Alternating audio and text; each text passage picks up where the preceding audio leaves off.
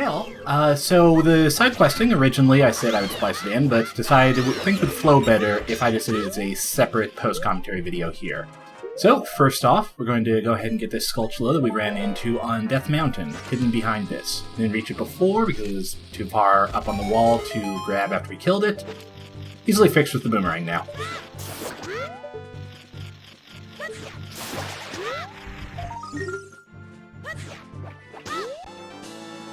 We've also got another brief stop here to make on Death Mountain. We're going to head over to the entrance to Dodongo's Cavern, and go ahead and plant a bean in this patch here.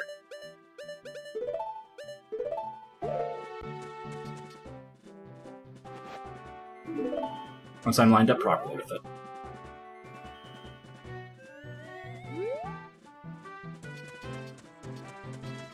Alright, so everything's on Death Mountain. Next up, we're going to hit Kakariko Village. We're going to need a few rupees for this next thing coming up. Got a grotto over here, that now we've got the Agony Stone, it's easier to find. Getting a rumble just about here, so I'll drop a bomb. And jump on down.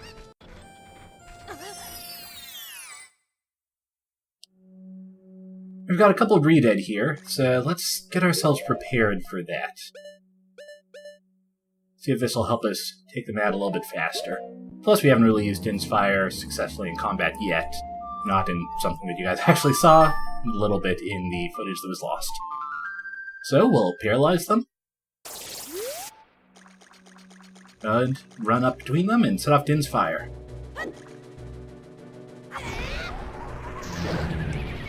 And unfortunately, that's not enough to kill them. And I believe the term for this is stun lock. So we're going to have to be careful, and quickly before they reach us, set it off again. And this is much closer than I would have hoped it got, but you can see from the drops there that they're dead.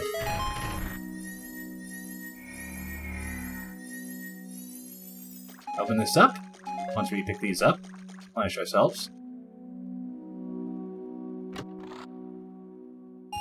And we get a gold rupee.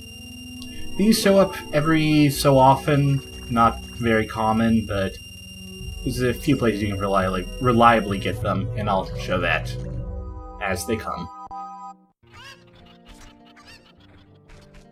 So in Kakariko, we're going to go ahead and jump to the graveyard, and this next bit we're going to need to do at night. We've got a few things to do here. Obviously there's Dompe's game, but we also got a skulltula to pick up, and another patch. So Dompe doesn't seem to be around right now. Don't see him moving around. So we'll head to the skulltula first.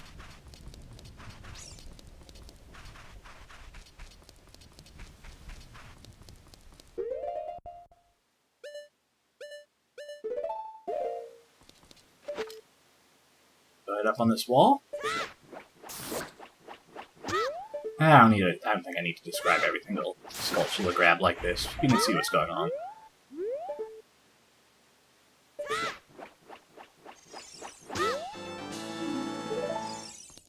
And over in the northern corner, we've got the patch. Northwest corner, I guess.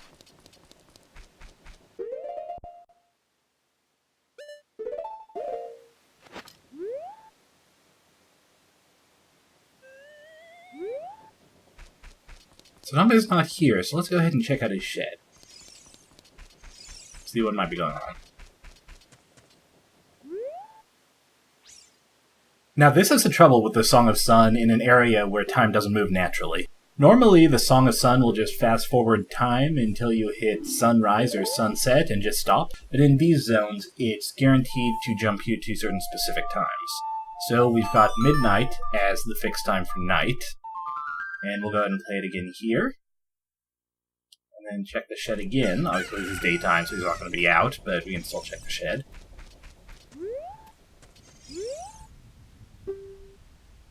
And noon. So what we're going to have to do here is let time go ahead naturally. So we'll just go ahead, run out of the graveyard, run out of Kakariko, spend some time in Hyrule Field, and then come back when it's nighttime. Let's check to make sure with the Clock Soldier that this is late enough.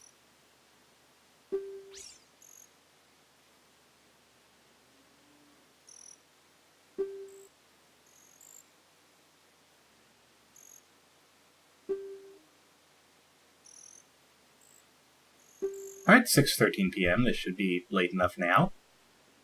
And here you get a little bit of a hint about the Song of Sun if you hadn't gotten it by this point. So back at the graveyard, we can see Dante moving around. Go ahead and do the grave digging game.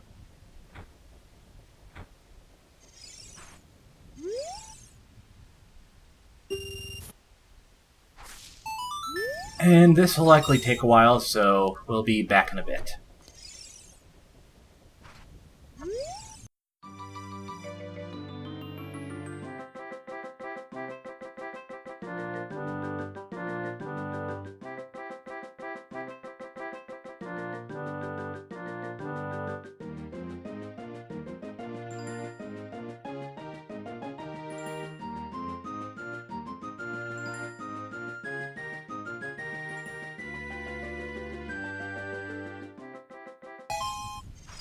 And here we go. Got the heart piece. So from here, we're going to jump to just outside Kakariko. We jumped down this grotto before, had a little bit of talk about the Deku Tree theory, but there's also a skulltula down here that we didn't grab. So I line myself up right for it. You just run in and grab it.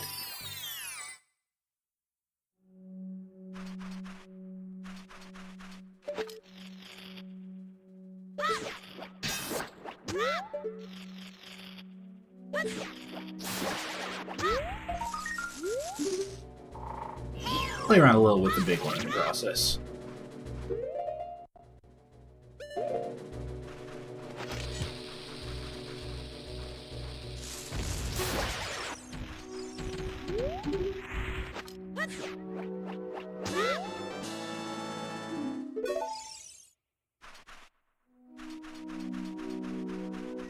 Nothing else in here, so we head out and continue over to Lon Lon Ranch. And this is one that we didn't run across before. Take care of this first. So this is one that we didn't run across before, over here to the far right of the silo.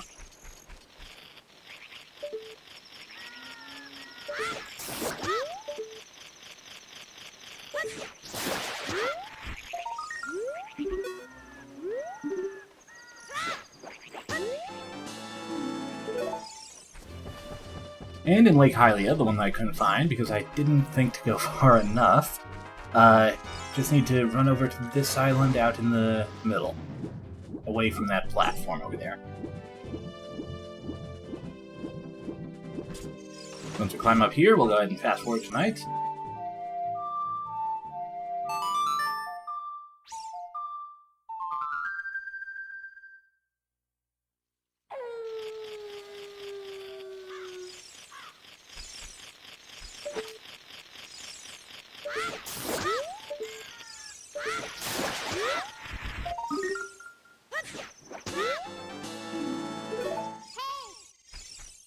Okay. Now, next up, we head back to Zora's River, where I go ahead and get that heart piece that I couldn't get before. So we'll grab this Kuko, and then we'll head down to the middle of the area, make this jump. Now we're close enough to boomerang the heart piece from here.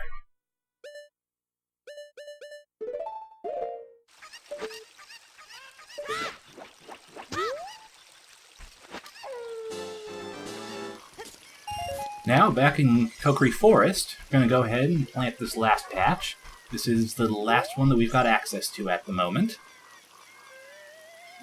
And then once this is planted, we're going to wrap up with a return to the Great Deku Tree. So inside, first let's take a look at Flora's Wind, since we haven't had a chance to see it yet.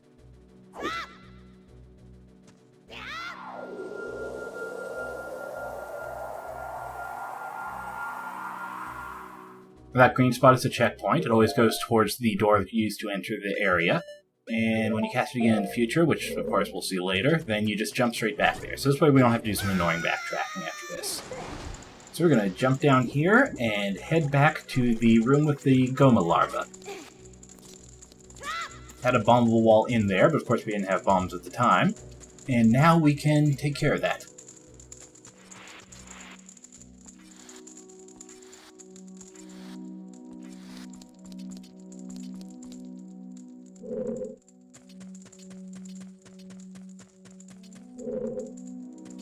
First orient myself, find the right area. Take care of this little larva beforehand.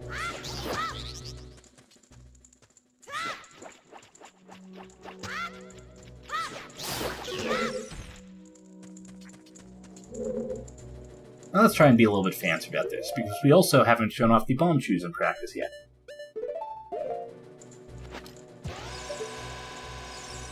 And of course, they don't blow up until they actually hit something or hit their timer. And walls don't count as something. So we'll have to time this a little better. Wait until the right moment. There it goes. I was hoping we'd catch that Deku Baba. Partially not. Can't boomerang them while they're inactive. I didn't actually realize that.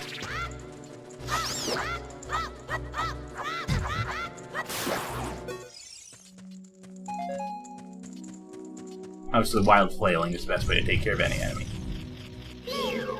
So we've got this little chamber here. Take out the big skulltula. Find that one we can hear crawling around. And go ahead and blow it up too.